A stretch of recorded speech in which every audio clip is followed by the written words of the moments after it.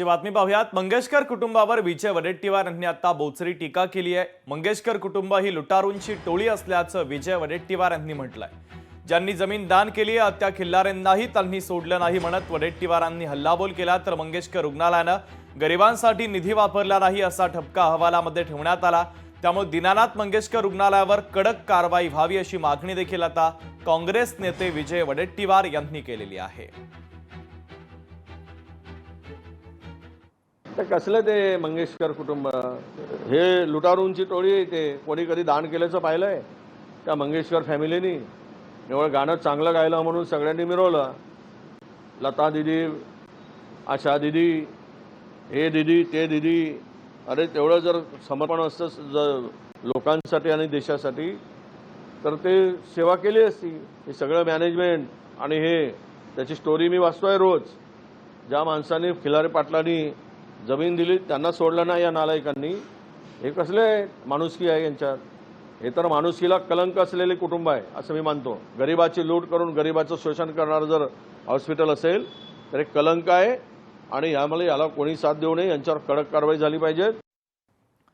दरम्यान भारतरत्न लता दीदींबाबत बोलून विजय वडेट्टीवार यांनी अकलेचे तारे तोडल्याची टीका केंद्रीय मंत्री कपिल पाटलांनी केली आहे। त्यांच्याशी संवाद साधला आमचे प्रतिनिधी चेतन ननावरे यांनी। आपण पाहूयात। दीनानाथ मंगेशकर रुग्णालयावर टीका करताना माजी विरोधी पक्षनेते आणि काँग्रेसचे नेते विजय वडेट्टीवार यांनी भारतरत्न लता मंगेशकरांविरोधात सुद्धा टीका केलेली आहे। आपल्यासोबत बातचीत करण्यासाठी माजी केंद्रीय मंत्री आहेत कपिल पाटील। सर, काय सांगाल, लता मंगेशकर असतील किंवा लता दिदी असतील यांच्या कुटुंबांसंदर्भात एक वादग्रस्त वक्तव्य वडेट्टीवार करतायत की हे सगळं कुटुंब आहे ते फ्रॉड आहे म्हणून?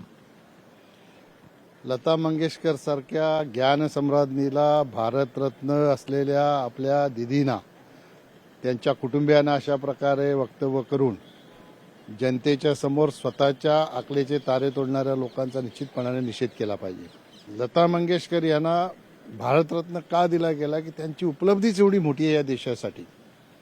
तर त्या उपलब्धीच्यामुळे दिला आणि त्यांचं जेव्हा देहावसन झालं तेव्हा स्वतः देशाचे प्रधानमंत्री या ठिकाणी आले। एवढा सन्मान मृत्यूनंतरही त्यांचा होता। आणि दवाखान्यामध्ये काय झालं याच्याशी मंगेशकर कुटुंबियांचा संबंध जोडणं हे कितपत उचित आहे हे मला माहीत नाही। टेक्निकली बाबी मी तिथल्या तपासलेल्या नाहीत। तिथले असलेले डॉक्टर हे काय ह्यांच्या सांगण्यावरून असे वागत होते किंवा काय अशा प्रकारचा त्यांचा समज झालाय की काय हे कळायला मार्ग नाही। परंतु हे अशा प्रकारे बोलणं हे अतिशय दुर्दैवी असं म्हटलं तर चुकीचं ठरणार नाही।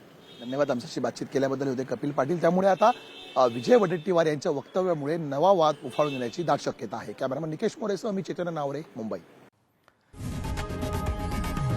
लोकशाही मराठी ऐका, पहा, जागरूक रहा।